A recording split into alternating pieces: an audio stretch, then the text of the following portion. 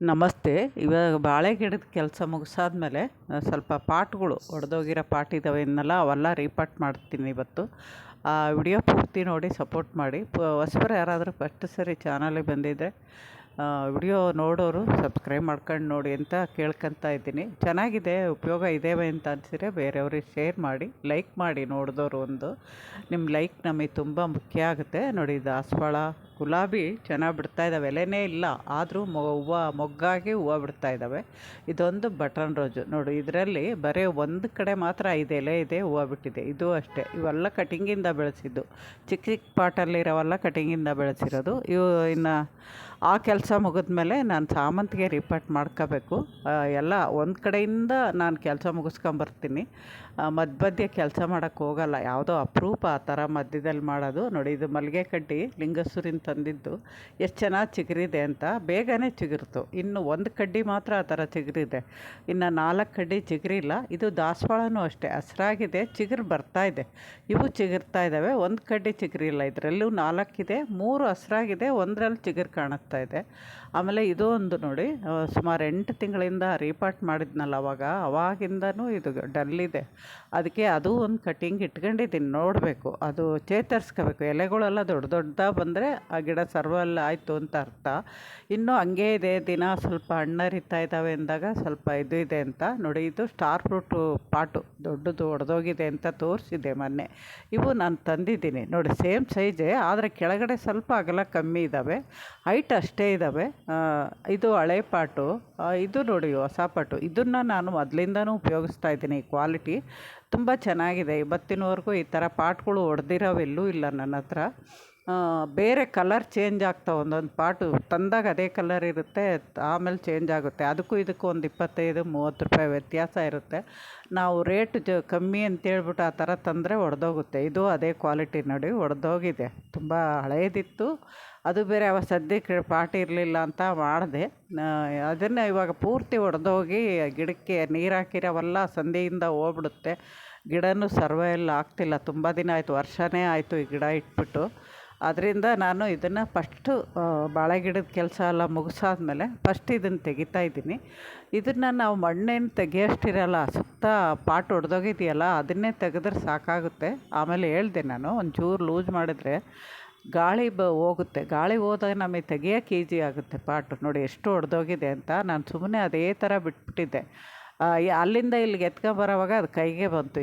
ಇದನ್ನು ಇವಾಗ ನಾನು ಅದಕ್ಕೆ ಮಣ್ಣು ತೆಗಿಯೋದಕ್ಕಿಂತ ಈ ಥರ ಹೊಡೆದಿರೋ ಪಾಟೆಲ್ಲ ಪೀಸ್ ತೆಗೆದ್ಬಿಡಿ ಅಂದೆ. ಅದು ತೆಗ್ದಾದ್ಮೇಲೆ ಒಂದು ಸ್ವಲ್ಪ ಲೂಸ್ ಆಗುತ್ತೆ. ಒಂದು ಸ್ವಲ್ಪ ಆ ಥರ ಬಗ್ಗಿಸಿ ಟೈಟ್ ಮಾಡ್ತೀವಿ. ಹೆಂಗಿದ್ರು ಪಾಟ್ ಹೊಡೆದೋಗಿದೆ, ಹೊಡೆದ್ರೂ ಯೋಚನೆ ಇಲ್ಲ ಅಲ್ವಾ. ಅದರಿಂದ ಸ್ವಲ್ಪ ಪ್ರೆಸ್ ಮಾಡಿ ಅಂದೆ. ಮಾಡಿದ್ಮೇಲೆ ಒಂಚೂರು ಬಂತು ನೋಡಿ, ಎಲ್ಲ ಫುಲ್ಲು ಬಂದ್ಬಿಡ್ತು ಬೇರು ಸಮೇತ. ತುಂಬ ಬೇರು ಎಳೆದೇ ಇಲ್ಲ ಇದರಲ್ಲಿ.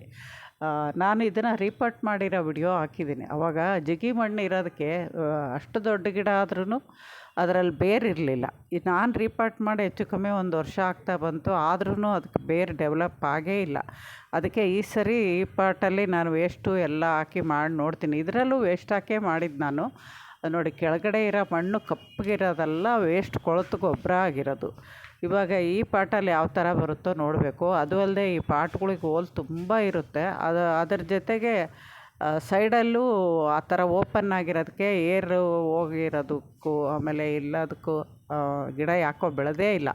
ಈ ಸರಿ ನೋಡ್ತೀನಿ ಈ ಥರ ರೀಪಾಟ್ ಮಾಡಿದ್ಮೇಲೆ ಯಾವಾಗಾದರೂ ಚೆನ್ನಾಗಿ ಬೆಳೆಯುತ್ತಾ ಅಂತ. ನೋಡಿ, ಕಪ್ಪು ಮಧ್ಯ ಕಾಣೋದಲ್ಲ, ನಾವು ಗಾರ್ಡನ್ ವೇಸ್ಟ್ ಹಾಕಿರೋದು. ನೋಡಿ, ಬೇರು ತುಂಬ ಜಾಸ್ತಿ ಏನು ಬೆಳೆದಿದೆ. ನಾನಿಟ್ಟಗೂ ಇವಾಗೂ ಬೆಳೆದಿದ್ದಾವೆ, ಆದರೆ ತುಂಬ ಹೇಳ್ಕೊಳ್ಳೋಷ್ಟು ವರ್ಷಕ್ಕೆ ಎಷ್ಟು ಬೇರು ಬರುತ್ತೆ ಅಲ್ವ ಹಣ್ಣಿನ ಗಿಡದಲ್ಲಿ, ಅಷ್ಟು ಬಂದಿಲ್ಲ.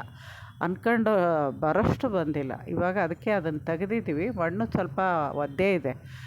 ಹಿಂದಿನ ರಾತ್ರಿ ಸ್ವಲ್ಪ ಮಳೆ ಬಂದಿತ್ತು, ಅದಕ್ಕೆ ಒದ್ದೆ ಇದೆ. ನೀರು ಹಾಕಿರಲಿಲ್ಲ ನಾವು. ಒಂದಿನ ರೀಪಾಟ್ ಮಾಡಿದೆ ನೋಡಿ, ಅಂಟು ಥರ ಇದೆ. ಇದಕ್ಕೆ ಕೋಕೋಪೀಟು ಕಮ್ಮಿ ಆಗಿದೆ ಅನಿಸುತ್ತೆ. ಯಾಕೆಂದರೆ 1 ವರ್ಷ ಆಯಿತು ಅಲ್ವಾ, ಕೋಕೋಪೀಟನ್ನು ಮಣ್ಣಲ್ಲಿ ಮಣ್ಣಾಗ್ಬಿಟ್ಟಿರುತ್ತೆ.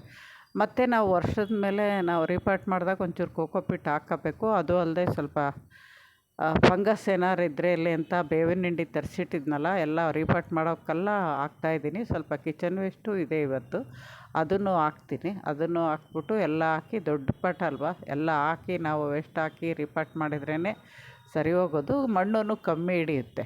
ನೋಡಿ ಇವಾಗ ನಾವು ಕೋಕೋಪಿಟ್ಟು ಇತ್ತಲ್ಲ, ಇನ್ನೊಂದು ದೊಡ್ಡ ಬಕೆಟಲ್ಲಿದೆ. ಇದು ಚಿಕ್ಕ ಬಕೆಟಲ್ಲಿರೋದು ಮೊದಲು ಖಾಲಿ ಮಾಡಿ ಆಮೇಲೆ ಅದನ್ನು ಹಾಕ್ಕೊಳ್ತೀವಿ. ಇದೊಂದು ಅಲ್ಲದೆ ಇನ್ನು 2 ಕೋಕೋಪಿಟ್ ತರಿಸಿದ್ದೆ 5-5 ಕೆ ಜಿದು. ಒಂದರಲ್ಲಿ ಇವಾಗ 1/4 ಭಾಗ ಅಷ್ಟು ಆಗಿದೆ, ಇನ್ನು ಒಂದು 3/4 ಭಾಗ ಇದೆ ಇನ್ನು. ಅದು ಎಲ್ಲ ಮುಗಿದ ಮೇಲೆ ಇನ್ನೊಂದು ಕರಗಿಸ್ತೀವಿ. ಈ ಥರ ನಾವು ನೋಡ್ಕೊಂಡು ತರವಾಗೇನೋ ಜಾಸ್ತಿನೇ ತಂದಿಟ್ಕೊಳ್ತೀವಿ. ಬೇಕಾದಾಗ ಅದು ನೀರು ಹಾಕಿ ಕರಗಿಸ್ಬಿಟ್ಟು ನಾವು ಮತ್ತೆ ರೀಪಾಟ್ ಮಾಡ್ತೀವಿ. ಯಾಕೆಂದರೆ ಇವಾಗ ಗಿಡಗಳು ಜಾಸ್ತಿನೇ ಇದ್ದಾವೆ ರೀಪಾಟ್ ಮಾಡೋಕ್ಕೆ, ಕೋಕೋಪಿಟ್ ಬೇಕಾಗುತ್ತೆ ಅಂತೇಳ್ಬಿಟ್ಟು ನಾವು ಒಟ್ಟೊಟ್ಟಿಗೆ 2 ತರಿಸಿರೋದು. ಗೊಬ್ಬರ ಮಾತ್ರ ಬರೀ ಕುರಿ ಗೊಬ್ಬರ ತರಿಸಿದ್ದೀನಿ, ಬೇರೆ ಗೊಬ್ಬರ ಮನೆಯಲ್ಲೇ ಇದೆ. ವರ್ಮಿ ಕಾಂಪೋಸ್ಟ್ ಅದು ತಂದಿರೋದು ಯೂಸೇ ಮಾಡಿರಲಿಲ್ಲ ಕೆಲಸ ನಡೆದಾಗಿಂದ. ಮೊನ್ನೆ ಟಬ್ಬಲ್ಲಿ ನೋಡಿಬಿಟ್ಟು ಇದೆ ಅಂಥೇಳಿ ಅದನ್ನು ತಂದಿಲ್ಲ. ಹಳೇದೊಂದು ಚೂರು ಇದ್ದಿದ್ದೆ ಮೊನ್ನೆ ನಾನು ಅಂಜೂರ ಹಣ್ಣಿನ ಗಿಡಗಳಿಗೆ ಎಲ್ಲ ಕೊಟ್ಟು ಮಿಕ್ಕಿರೋ ಇದ್ವಲ್ಲ, ಇನ್ನೂ ಮಿಕ್ಕಿರೋದು ಸಾಲದೆ ಬಂದಿರೋದು ಕುರಿ ಗೊಬ್ಬರ ಸಾಲದೆ ಬಂದಿರೋದು ಗಿಡಗಳು ಇದ್ವಲ್ಲ, ಆ ಹಣ್ಣಿನ ಗಿಡಕ್ಕೆ ಅಂಜೂರ ಗಿಡಗಳೇ ಜಾಸ್ತಿ ಇದ್ದಿದ್ದು. ಅದು ಅದೇ ಆಮೇಲೆ ಇದು ಮಲ್ಬರಿ, ಇಷ್ಟಕ್ಕೆ ಮಾತ್ರ ನಾನು ಮೊನ್ನೆ ಕೊಟ್ಟಿದ್ದೀನಿ. ಆಮೇಲೆ ಇವಾಗ ಈ ರೀಪಾಟ್ ಮಾಡ್ತೀವಲ್ಲ, ಆವಾಗಲೂ ಒಂದೊಂದು ಇಡಿ 2 ಇಡಿ ಹಾಕಿ ನಾನು ಕಲಸಿದ್ದೀನಿ ಮಣ್ಣು. ನೋಡಿ ಅದು ಪಾಚಿ ಕಟ್ಟಿದಂಗೆ ಆಗಿದೆ, ಅದನ್ನು ತೆಗೆದುಬಿಟ್ಟೆ ನಾನು. ಅಂಟು ಪಾಚಿ ಕಟ್ಟಿರೋದು ಪಾಟಲ್ಲಿ ಸೈಡ್ಗೆ ಜಾಸ್ತಿ ನೀರಿದ್ದಾಗ ಆ ಥರ ಪಾಚಿ ಕಟ್ಟುತ್ತೆ ಪ್ಲಾಸ್ಟಿಕ್ ಇದರಲ್ಲಿ. ನಾವು ರೀಪಾಟ್ ಮಾಡಿದಾಗ ಅದನ್ನೆಲ್ಲ ಕ್ಲೀನ್ ಮಾಡಿ ಇದು ಮಾಡಬೇಕು. ಆಮೇಲೆ ಇಲ್ಲ ಅಂದ್ರೆ ಅದೇ ಪಾಟಲ್ಲೇ ಮಾಡೋಂಗಿದ್ರೆ ಪಾಟೆಲ್ಲ ಕ್ಲೀನಾಗಿ ತೊಳ್ಕೊಂಡು ಮಾಡಿದರೆ ಒಳ್ಳೆಯದು. ನಾನಂತೂ ಯಾವುದೇ ಪಾಟು ಖಾಲಿ ಮಾಡಿದ್ರೂ ಅದನ್ನು ತೊಳೆದ್ಬಿಟ್ಟೇ ಮಾಡ್ತೀನಿ. ಇವಾಗ ಹೊಸ ಪಾಟೆ ಆಗಿರೋದ್ರಿಂದ ತೊಳೆಯೋಷ್ಟೇನಿಲ್ಲ, ಅದು ನೀಟಾಗಿದ್ದಾವಲ್ವ. ಓಲೊಂದೇ ಮಾಡಿದ್ದೀನಿ ನಾನು, ಅದು ಸೈಡಲ್ಲೇ ಓಲ್ ಮಾಡೋದು ಆ ಥರ ಪಾಟಿಗೆ. ನೋಡಿ ಇವಾಗೆಲ್ಲ ಕಲಸಾದ್ಮೇಲೆ ಮಣ್ಣು ಪುಡಿ ಆಯಿತು. ನಾವು ನೋಡಿ ಆ ಥರ ಕಲಿಸ್ಕೋಬೇಕು. ಅಳತೆ ಅಂತ ಏನಿಲ್ಲ, ನೀವು ಮಣ್ಣು ಜಾಸ್ತಿ ಜಿಗಿದೆ ಅಂದಾಗ ಸ್ವಲ್ಪ ಜಾಸ್ತಿ ಕೋಕೋಪಿಟ್ ಹಾಕಿ. ನೋಡಿ ಈ ಥರ ಸೈಡಲ್ಲಿ 2 ಹೋಲ್ ಮಾಡಿದ್ದೀನಿ. ದೊಡ್ಡದಾಗಿದೆ, ವಿಡಿಯೋದಲ್ಲಿ ನಿಮಗೆ ಚಿಕ್ಕದು ಕಾಣುತ್ತೆ, ಸುಮಾರು ದೊಡ್ಡದಾಗಿದೆ. ಮಾಡಿಬಿಟ್ಟು ಕೆಳಗಡೆ ಬರ್ತಾ ಸಣ್ಣದಾಗಿರುತ್ತೆ. ಅದಕ್ಕೆ ಇದು ಪಾಟ್ ಚಿಕ್ಕದು ಅನ್ನಿಸ್ತು, ಆ ಪಾಟ್ಕಿನ ಈ ಪಾಟು. ಆದರೆ ಇದು ದೊಡ್ಡ ಪಾಟೆ, ಸುಮಾರು ನನ್ನ ಕೈ ಪೂರ್ತಿ ಹಿಡಿಯುತ್ತೆ ಅಲ್ಲಿವರೆಗೂ. ಆ ಥರ ಓಲ್ಗೆ ನಾನಿವಾಗ ನೋಡಿ ಒಂದಲ್ಲ ಅಂತ 2 ಬಿಟ್ಟು ಈ ಪಾಟ್ ಪೀಸ್ ಒಡೆದೋಗಿರ್ತಾವಲ್ಲ, ಇವ್ನು ನಾನು ಯಾವೂ ಎಸೆಯಲ್ಲ, ಹಂಗೆ ಪೀಸ್ ಮಾಡಿ ಒಂದು ಯಾವ್ದಾದ್ರು ಡಬ್ಬಿಗೋ ಅಥವಾ ಬ್ಯಾಗಿಗೋ ಹಾಕಿಟ್ಟಿರ್ತೀನಿ. ಅದು ಕರೆಕ್ಟಾಗಿ ಕುತ್ಕೋಬೇಕು. ನೋಡಿ ಒಂಚೂರು ಸೈಡಿಂದ ಮಣ್ಣು ಹೋಗಬಾರ್ದು, ಆ ಥರ ನೋಡ್ಕೊಂಡು ಇಡಬೇಕು. ಮೊದಲದ್ದು ಒಂಚೂರು ಹೋಗ್ತಾಯಿತ್ತು, ಅದಕ್ಕೆ ಅದನ್ನು ತೆಗೆದು ನಾನು ಬೇರೆ ಇಟ್ಟೆ. ಈ ಥರ ನೋಡ್ಕೊಂಡು ಇಟ್ಬಿಟ್ಟು ನಾವು ಅಲ್ಲಿಟ್ಟಿರಲ್ಲಿ ಫಸ್ಟು ಮಣ್ಣು ಕೈಯಿಂದ ಇಟ್ಬಿಟ್ಟು ಪ್ರೆಸ್ ಮಾಡಿಬಿಡ್ಬೇಕು. ನಾವು ಇಟ್ಟಿರೋ ಮಣ್ಣಿಂದು ಪೀಸು ಕದಲಬಾರ್ದು, ಓಲಲ್ಲೇ ಇರಬೇಕು ಆ ಥರ. ಇದು ಚಿಕ್ಕದ್ರಲ್ಲೂ ಈ ಮಣ್ಣಲ್ಲಿ ಚಿಕ್ಕದಾಗಿ ಇವು ಇದ್ದಾವೆ, ಎರೆಹುಳ ಕೂಡ ಇದ್ದಾವೆ ಮರಿ. ಯಾಕೆಂದರೆ ಕೆಳಗಡೆ ವೇಸ್ಟ್ ಹಾಕಿದ್ವಲ್ಲ, ವೇಸ್ಟ್ ಹಾಕಿದಾಗ ಎರೆಹುಳ ಸಾಮಾನ್ಯ ವೇಸ್ಟ್ಗವೇ ಉಟ್ಕೊಂಡಿರ್ತಾವಲ್ಲ, ಚಿಕ್ಕವು ಇದ್ದಾವೆ, ಜಾಸ್ತಿ ದೊಡ್ಡವೇನಿಲ್ಲ. ಸುಮಾರು ಒಂದು 4 ಏನೋ ಸಿಕ್ತಷ್ಟೇ. ಚಿಕ್ಕವು ತುಂಬ ಇದ್ದಾವೆ. ನಾವು ಇವಾಗ ವೇಸ್ಟ್ ಹಾಕೋದ್ರಿಂದ ಅವಕ್ಕೆ ಆಹಾರ ಸಿಕ್ಕಂಗಾಗುತ್ತೆ, ಮಣ್ಣನ್ನು ಲೂಸ್ ಆಗುತ್ತೆ. ಈ ಥರ ನಾವು ಹೊಸ ಪಾಟ್ಗಳು ರೀಪಾಟ್ ಮಾಡ್ಕೊಳ್ಳೋದ್ರಿಂದ ಗಿಡಗಳು ಚೆನ್ನಾಗಿ ಬೆಳೆಯುತ್ತೆ. ನೋಡಿ ಇವಾಗ ನಾನು ಕಿಚನ್ ವೇಸ್ಟ್ ಹಾಕಿದ್ದೀನಿ. ಮೊದಲು ಸ್ವಲ್ಪ ಮಣ್ಣು ಜಾಸ್ತಿನೇ ಹಾಕಿದ್ದೀನಿ, ಇದಕ್ಕೆ ಸುಮಾರು 3 ಇಂಚ್ ಮಣ್ಣು ಹಾಕಿದ್ದೀನಿ. ದೊಡ್ಡ ಪಾಟ್ ಅಲ್ವಾ, ಅದಕ್ಕೆ 3 ಇಂಚ್ ಮಣ್ಣು ಹಾಕ್ಬಿಟ್ಟು ಸ್ವಲ್ಪ ಕಿಚನ್ ವೇಸ್ಟ್ ಹಾಕಿದ್ದೀನಿ. ತುಂಬ ದಿನಗಳ ನಂತರ ಈ ಸರಿ ನಾನು ಕಿಚನ್ ವೇಸ್ಟ್ ಹಾಕ್ತಿರೋದು. ಇಷ್ಟು ದಿನ ಆಗ್ತಿರ್ಲಿಲ್ಲ, ಬೇಡ ಅಂತ ಹೇಳಿದ್ವಲ್ಲ, ಅದಕ್ಕೆ ಅವು ತೆಗೆದಿಡ್ತಿರ್ಲಿಲ್ಲ, ಎಸ್ದು ಬಿಡೋರು. ಇವಾಗ ಹೇಳಿ ಇಡಿಸ್ಕೊಂಡು ಅವತ್ತು ತಿರ್ಗಾ ಮಾರನೇ ದಿನಕ್ಕೆ ಬೇಕಾಗುತ್ತೆ ಅಂತ 2 ದಿನದಿಂದ ಶೇಖರಣೆ ಮಾಡಿ ಇಟ್ಕೊಂಡಿದ್ದೀನಿ. ಅದರಲ್ಲಿ ತರಕಾರಿ, ಈರುಳ್ಳಿ, ಆಮೇಲೆ ಕಾಫಿ ಪುಡಿ ಪ್ರತಿಯೊಂದು ಇದೆ. ಟೀ ಪುಡಿ ಇದ್ದರೆ ಟೀ ಪುಡಿ ಹಾಕೋಬೋದು. ನಾವು ವಾರಕ್ಕೆ ಒಂದೇ ಸರಿ ಟೀ ಮಾಡೋದು. ಆ ಟೀ ಪುಡಿ ನಾನು ತೊಳೆದು ಒಣಗಿಸಿ ಒಂದು ಡಬ್ಬಿಗೆ ಹಾಕಿಡ್ತೀನಿ, ಗುಲಾಬಿ ಗಿಡಗಳಿಗೆ ಹಾಕಿದ್ರೆ ಚೆನ್ನಾಗಿರುತ್ತೆ ಅಂತ. ಅದನ್ನೇನಾದ್ರು ಟೀ ಪುಡಿ ಕೊಡಬೇಕಾದ್ರೆ ನಿಮಗೆ ತೋರಿಸ್ತೀನಿ. ನಾನ್ ವೆಜ್ಜು ತಿನ್ನೋರಾದರೆ ಮೊಟ್ಟೆ ಸಿಪ್ಪೆ, ಆಮೇಲೆ ಟೀ ಪುಡಿ, ಬಾಳೆಹಣ್ಣಿನ ಸಿಪ್ಪೆ ಒಣಗಿಸಿರೋದು 3 ಕಲಸಿ ಪುಡಿ ಮಾಡಿ ಇಟ್ಕೊಂಡ್ರೆ ಅದೇ ಒಳ್ಳೆ ಗೊಬ್ಬರ ಆಗುತ್ತೆ, ಎಲ್ಲ ಗಿಡಗಳಿಗೂ ಆಗುತ್ತೆ ಅದು. ನಾವು ನಾನ್ ವೆಜ್ ತಿನ್ನಲ್ಲ ಅಲ್ವಾ, ಅದರಿಂದ ಮೊಟ್ಟೆನೂ ತಂದು ನಮ್ಮ ಮನೇಲಿ ಮಾಡಲ್ಲ, ಅದರಿಂದ ನಾವು ಅದನ್ನು ಉಪಯೋಗಿಸೋರಿಗೆ ಈ ಥರ 3 ಕಲಸಿ ಮಾಡಿದ್ರೆ ಅದೇ NPK. 3 ಕಲಸಿ ಮಾಡಿದರೆ ಟೀ ಪುಡಿ, ಆಮೇಲೆ ಮೊಟ್ಟೆ ಸಿಪ್ಪೆ, ಬಾಳೆಹಣ್ಣಿನ ಸಿಪ್ಪೆ 3 ಪುಡಿ ಮಾಡಿ ಒಣಗಿಸಿ ಪುಡಿ ಮಾಡಿ ಒಂದು ಬಾಟ್ಲಿಗೆ ಇಟ್ಕೊಂಡ ಬೇಕಾದಾಗ ಒಂದೊಂದು ಸ್ಪೂನು ಒಂದು ಪಾಟ್ಗೆ ಹಾಕ್ಕೊಂಬಿಟ್ರೆ ಸರಿ ಹೋಗುತ್ತೆ. ನೋಡಿ ಇದು ಗ್ರೋ ಬ್ಯಾಗಲ್ಲಿ ಸುಮಾರು ಎಷ್ಟೇ 2-3ರಲ್ಲಿ ಇಟ್ಟಿರ್ತೀವಿ ಈ ಥರವ ದಿನ ಕಿತ್ತಿರೋದು ಅಲ್ಲಿ ಇಲ್ಲಿ ಅದನ್ನೆಲ್ಲ ತೆಗೆದ್ಬಿಟ್ಟು ಇವಾಗ ಇದಕ್ಕೆ ಹಾಕ್ತೀವಿ. ಎಷ್ಟು ಸಾಧ್ಯ ಆಗುತ್ತೋ ಅಷ್ಟು ನಾನು ವೇಸ್ಟ್ ಹಾಕ್ತಾಯಿದ್ದೀನಿ. ಯಾಕೆಂದರೆ ಇದು ಹಣ್ಣಿನ ಗಿಡಗಳು ಪದೇ ಪದೇ ರಿಪೋರ್ಟ್ ಮಾಡೋಕ್ಕಾಗಲ್ಲ ನಾವು. ಅದಕ್ಕೆ ಸ್ವಲ್ಪ ಜಾಸ್ತಿನೇ ಅವಕ್ಕೆ ಕೊಡಬೇಕು. ಆಮೇಲೆ ಇದಕ್ಕೆ ಮಣ್ಣು ಜಾಸ್ತಿ ಹಿಡಿಯುತ್ತೆ. ಹೆಚ್ಚು ಕಮ್ಮಿ ಪಾಟಿಗೆ ಬರೀ ಮಣ್ಣು ಹಾಕಿದ್ರೆ 1 ಮೂಟೆ ಮಣ್ಣು ಹಿಡಿಯುತ್ತೆ, ಅಷ್ಟು ದೊಡ್ಡ ಪಾಟ್ ಇದು. ಇದು ನೋಡಿ ಗ್ರೋ ಬ್ಯಾಗಲ್ಲಿ ನಾನು ಕೆಲಸ ನಡಿಬೇಕಾದ್ರೆ ಗಾರ್ಡನ್ ವೇಸ್ಟ್ ಎಲ್ಲ ಹಾಕಿ ಫುಲ್ ಆದಮೇಲೆ ಮುಚ್ಚಿಟ್ಟಿದ್ದೆ ಅಂತ ಹೇಳಿದ್ದೆ. ಹಳೆ ವಿಡಿಯೋ ನೋಡಿದವ್ರಿಗೆ ಗೊತ್ತಿರುತ್ತೆ ನೋಡಿ. ಅದೆಲ್ಲ ಸುಮಾರಾಗಿ ಕೊಳ್ತುಬಿಟ್ಟಿದೆ, ಅರ್ಧಕ್ಕರ್ಧ ಮೇಲೇ ಕೊಳ್ತಿದೆ. ದಪ್ಪ ದಪ್ಪ ಕಡ್ಡಿ ಆವಾಗ ಹೀರೆಕಾಯಿ ಬಳ್ಳಿ ಅದು ಇದು ಎಲ್ಲ ಇದ್ವಲ್ವ, ಚಪ್ರದ ಅವರೆಕಾಯಿದು ಸುಮಾರು ಅವನ್ನೆಲ್ಲ ಕಿತ್ತಿದ್ದು ಅದರಲ್ಲಾಗ ಹಾಕಿದ್ದು ಎಲ್ಲ ಇದೆ. ಅವೆಲ್ಲ ಕೊಳ್ತಿರೋದನ್ನ ಇವಾಗ ಯೂಸ್ ಮಾಡ್ತಾಯಿದ್ವಿ ನೋಡಿ. ಇದು ಸುಮಾರು ಅರ್ಧ ಭಾಗ ಮೇಲೇ ಡಿಕಂಪೋಸ್ಟ್ ಆಗಿರೋದ್ರಿಂದ ಇದು ಇನ್ನೂ ಚೆನ್ನಾಗಿ ಕೆಲಸ ಮಾಡುತ್ತೆ, ಗೊಬ್ಬರ ಆಗುತ್ತೆ. ಆಮೇಲೆ ಎರೆಹುಳುಗಳ ಸಂಖ್ಯೆನೂ ಜಾಸ್ತಿ ಆಗುತ್ತೆ. ಇದರಲ್ಲಿ ಕೆಳಗಡೆ ಎರೆಹುಳು ಇದೆ, ಈ ಗೊಬ್ಬರದಲ್ಲಿ ಕೆಳಗಡೆ ಕೂಡ ಎರೆಹುಳ ಇದೆ. ಲಾಸ್ಟಲ್ಲಿ ಸಿಗುತ್ತೆ, ನಾವು ಕೈ ಹಾಕಿದ ತಕ್ಷಣ ಅದು ಅಡೀಲಿ ಹೋಗ್ಬಿಡುತ್ತೆ. ಯಾವುದ್ರಲ್ಲಿ ಇಟ್ಟಿರ್ತೀವೋ ಅದು ಅಡೀಲಿ ಹೋಗ್ಬಿಡುತ್ತೆ. ಇಷ್ಟು ನಾನು ಇದನ್ನು ತುಂಬಾ ಹಾಕಿದ್ದೀನಿ. ನಿಮಗೆ ವಿಡಿಯೋದಲ್ಲಿ ಎಷ್ಟು ಕಾಣುತ್ತೋ ಗೊತ್ತಿಲ್ಲ. ಸುಮಾರು ಇದರಲ್ಲಿ ಹಾಕಿದ್ದು ಒಂದು ಪೂರ್ತಿ 18 ಇಂಚು ಗ್ರೋ ಬ್ಯಾಗಲ್ಲಿ ಫುಲ್ ಹಾಕಿದ್ದು ಅರ್ಧಕ್ಕೆ ಬಂದಿದೆ, ಪೂರ್ತಿ ಕೊಳೆತು. ಫುಲ್ಲು ಪ್ರೆಸ್ ಮಾಡಿ ಹಾಕಿದ್ವಿ. ಆದರೆ ಅರ್ಧಕ್ಕಾಗಿದೆ ಅಂದಾಗ ಅದು ಎಷ್ಟು ಇರ್ಬೋದು ಅಂತ ನೀವು ಅಂದಾಜು ಮಾಡ್ಕೋಬೋದು. ಇವಾಗ ಅದಕ್ಕೆ ನಾನು ಇವಾಗ ಹಾಕಿರೋದ್ರಲ್ಲಿ ಅರ್ಧ ಗ್ರೋ ಬ್ಯಾಗಲ್ಲಿ ಇರೋ ಅರ್ಧದಷ್ಟು ನಾನು ಇದೊಂದೇ ಪಾಟ್ಗೆ ಹಾಕ್ತಾಯಿದ್ದೀನಿ ನೋಡಿ. ಎಷ್ಟು ನಿಧಾನವಾಗಿ ನಾವು ಪ್ರೆಸ್ ಮಾಡ್ಕೊಂಡು ಕೆಳಗಡೆ ಇದು ಮಾಡ್ದಂಗೆಲ್ಲ ಹೋಗ್ತಾಯಿದೆ. ಎಷ್ಟೊಂದು ವೇಸ್ಟ್ ಆಯ್ತಲ್ವ. ಇದಿಷ್ಟು ವೇಸ್ಟು 1 ವರ್ಷದ ತನಕ ಗಿಡಗಳಿಗೆ ಬೇಕಾದಷ್ಟು ಗೊಬ್ಬರ ಆಗುತ್ತೆ. ಮಧ್ಯೆ ಏನು ಕೊಡದೇ ಇದ್ರೂ ಪರವಾಗಿಲ್ಲ. ಈ ಥರ ಅದು ಕಳತು ಇದಾಗಿರೋದಕ್ಕೆ ಕಪ್ಪಗೆ ಯಾವ ಥರ ಕಾಣುತ್ತೆ ನೋಡಿ. ಇದು ಇನ್ನೊಂದು ಸ್ವಲ್ಪ ದಿನವೇ ಪೂರ್ತಿ ಮಣ್ಣಾಗೋಗುತ್ತೆ. ಈ ಥರ ಆದಾಗ ಹಸಿದು ಹಾಕಿದಾಗ ಸ್ವಲ್ಪ ನಿಧಾನವಾಗಿ ಕೊಳೆಯುತ್ತೆ ಪಾಟ್ಗಳಿಗೆ. ಈ ಥರ ಹಾಕಿದಾಗ ಇನ್ನೂ ಚೆನ್ನಾಗಿ ಇದಾಗುತ್ತೆ. ಇವಾಗ ನಾನು ಆದಷ್ಟು ಪ್ರೆಸ್ ಮಾಡ್ತೀನಿ, ಯಾಕೆಂದರೆ ಗಿಡ ಇಟ್ಟಾದಮೇಲೆ ಅದು ಇನ್ನೂ ಒಂಚೂರು ಕೆಳಗೋಗುತ್ತೆ. ಇವಾಗಲೇ ನಾವು ಆದಷ್ಟು ಪ್ರೆಸ್ ಮಾಡ್ಕೊಂಬಿಟ್ರೆ ಜಾಸ್ತಿ ಕೆಳಗಡೆ ಹೋಗಲ್ಲ ಗಿಡ. ಆವಾಗ ನಮಗೆ ಬೇರು ಇಳ್ಕೊಳ್ಳೋಕ್ಕೆ ಜಾಗ ಜಾಸ್ತಿ ಸಿಗುತ್ತೆ ಗಿಡಗಳಿಗೆ. ಇವಾಗ ಅದ್ರ ಮೇಲೆ ಮಣ್ಣು ಹಾಕ್ತಾಯಿದ್ದೀನಿ, ಮತ್ತು ಮಣ್ಣು ಹಾಕ್ತೀವಿ ಸ್ವಲ್ಪ. ಈ ಥರ ಲೇರ್ ಹಾಕ್ಕೊಳ್ಳಿ. ನೀವು ಏನಾದ್ರು ಫಸ್ಟೇ ದೊಡ್ಡಗೆ ಗಿಡಗಳು ರಿಪಾರ್ಟ್ ಮಾಡಬೇಕು ಅಂದ್ಕೊಂಡ್ರೆ ನೀವು ವೇಸ್ಟ್ ಈ ಥರ ಬ್ಯಾಗ್ಗಳಿಗೆ ಶೇಖರಣೆ ಇಟ್ಕೊಂಡು ಮಾಡೋದ್ರಿಂದ ಮಣ್ಣು ಕಮ್ಮಿ ಹಿಡಿಯುತ್ತೆ. ಮಣ್ಣಿನ ಟೆಕ್ಸ್ಚರು ಚೇಂಜ್ ಆಗುತ್ತೆ ಆ ಪಾಟಲ್ಲಿ. ಅದರಿಂದ ಅದರಲ್ಲಿ ಹಾಕಿರೋ ಗಿಡಗಳು ಚೆನ್ನಾಗಿ ಬೆಳೀತವೆ. ಈ ಥರ ಮಾಡಿದ್ದೀನಿ ನೋಡಿ. ಅಲ್ಲಿ ಇದು ಕಸಿ ಮಾಡಿರೋದು ಮೇಲಿದೆ. ಕಸಿ ಮಾಡೋದಿರೋದು ಯಾವುದೇ ಕಾರಣಕ್ಕೂ ಮಣ್ಣೊಳಗೆ ಹೋಗಬಾರ್ದು. ಇದು ಲಾಸ್ಟಲ್ಲಿ ಹಾಕಿದ್ದಕ್ಕೆ ಒಂಚೂರು ಎರೆಹುಳ ದಪ್ಪಂದು ಬಂತು, ಅದೇ ತೋರಿಸಿದ್ದೀನಿ. ಈ ಗಿಡಕ್ಕೆ ಮೇಲಿದೆ ಕಸಿ ಮಾಡಿರೋದು, ಅದರಿಂದ ನಾವು ಇನ್ನೂ ಒಂಚೂರು ಮಣ್ಣು ಹಾಕಿದ್ರೂ ಏನು ಪ್ರಾಬ್ಲಮ್ ಆಗಿರಲ್ಲ. ಒಂದೊಂದು ಸರಿ ಕಸಿ ತುಂಬ ಕೆಳಗಿರುತ್ತೆ. ನಾನು ಅಂಜೂರ ಹಣ್ಣಿನ ಗಿಡದಲ್ಲಿ ತೋರಿಸಿದ್ದೀನಿ, ಆ ಥರ ಕೆಳಗಿರೋದ್ರಿಂದ ನಾವು ಅಲ್ಲಿವರೆಗೂ ಮಣ್ಣು ಹಾಕೋಕ್ಕಾಗಲ್ಲ ಅಂತ. ಆ ಥರ ಆದಾಗ ತುಂಬ ನೋಡ್ಕೊಂಡು ಹಾಕಬೇಕು. ಯಾಕೆಂದರೆ ಕಸಿ ಮಾಡಿರೋ ಕಡೆ ಮಣ್ಣು ಬಿದ್ದುಬಿಟ್ರೆ ಆ ಗಿಡ ಅಲ್ಲಿ ಬೆಳ್ಕೊಂಡು ಈ ಗಿಡ ಹೋಗ್ಬಿಡುತ್ತೆ. ಇವಾಗ ನಾನು ಅದಕ್ಕೆಲ್ಲ ಫುಲ್ಲು ಹಾಕಿದ್ದೀವಿ ಮಣ್ಣು. ಹೆಚ್ಚು ಕಮ್ಮಿ ಎಷ್ಟೊಂದು ಮಣ್ಣು ಹಿಡ್ದಿದೆ. ಇವಾಗ ಅದನ್ನೆಲ್ಲ ಪ್ರೆಸ್ ಮಾಡಿ ಚೆನ್ನಾಗಿ ಒಂದು ಸ್ವಲ್ಪ ದಿನ ಗಾಳಿ ಹೋಗ್ದಂಗೆ ಪ್ರೆಸ್ ಮಾಡಬೇಕು.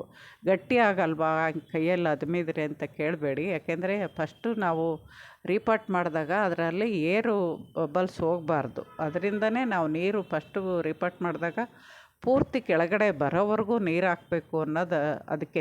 ಏರ್ ಬಬಲ್ಸ್ ಇದ್ರೂ ನೀರಿನ ಜೊತೆಗೆ ಮಣ್ಣು ಅಲ್ಲೆಲ್ಲ ಕೂತ್ಕೊಂಡ್ಬಿಡುತ್ತೆ ಅಂತ. ಅದರಲ್ಲಿ ಒಂಚೂರು ಚಾಕ್ ಪೀಸ್ ಇಟ್ಟಿದ್ದೆ ಯೆಲ್ಲೋ ಕಲರ್ ಆಗಿರೋದಕ್ಕೆ. ಇವಾಗ ಅದನ್ನು ಅದರೊಳಗೆ ಇಡ್ತಾಯಿದ್ದೀನಿ.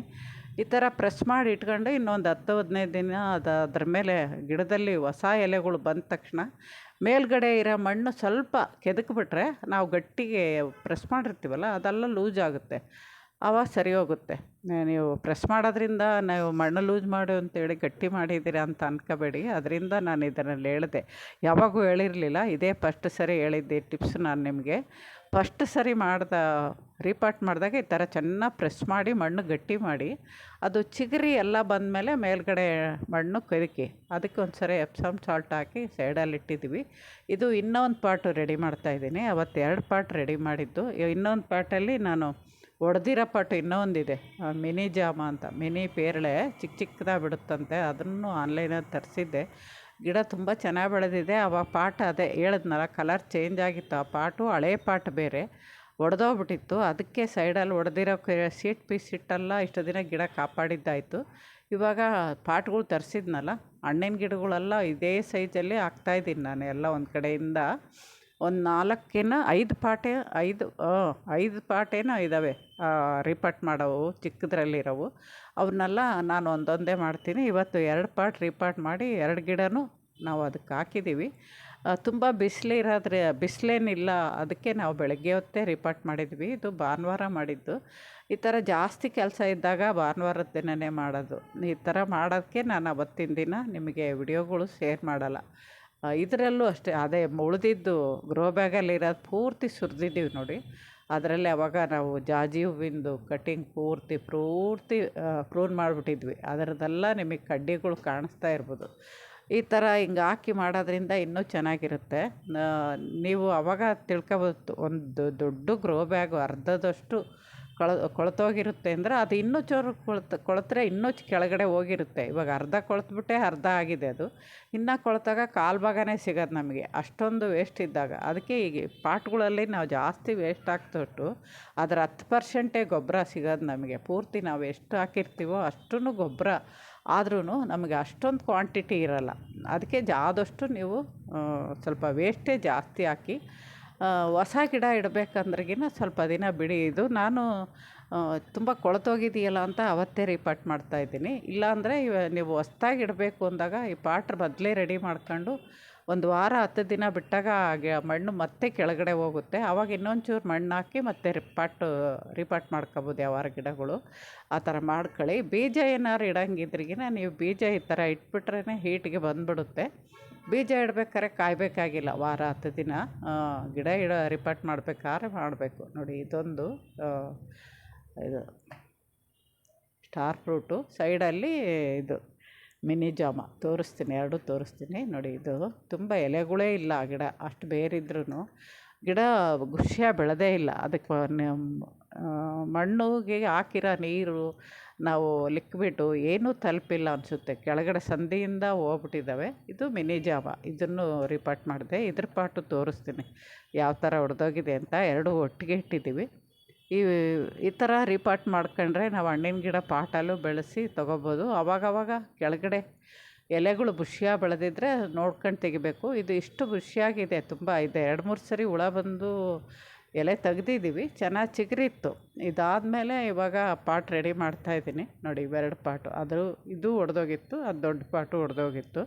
2 ಪಾಟು ಈ ಕಡೆ ಇಟ್ಟಿದ್ದೀವಿ, ಹೊಡೆದಿರೋ ಒಂದೊಂದೇ ಚೇಂಜ್ ಮಾಡ್ತಾಯಿದ್ದೀನಿ. ಆಮೇಲೆ ಹಂಗೆ ಕೆಲಸ ಮಾಡ್ಕೊಂಡೆ ನಾನು ಮಧ್ಯದಲ್ಲಿ ಯಾವಾರು ರೀಪಾಟ್ ಮಾಡೋವಿದ್ರು ಕೂಡ ಮಾಡ್ತೀನಿ ನೋಡಿ. ಇಲ್ಲಿ ಇಷ್ಟು ಟಬ್ಗಳು ನಾವು ರೀಪಾಟ್ ಮಾಡ್ಕೊಂಡಿದ್ವಲ್ವ, ಇವತ್ತೊಂದು ಟಬ್ಬು ರೀಪಾಟ್ ಮಾಡ್ಕೊಂಡು ಮೊನ್ನೆ 2 ಮಾಡಿದ್ದೆ. ಇವತ್ತು ಇನ್ನೂ ಒಂದು ಮಣ್ಣು ಉಳಿದಿತ್ತು ಅಂತ ಅದನ್ನೊಂದು ಮಾಡಿಟ್ಟಿದ್ದೀವಿ.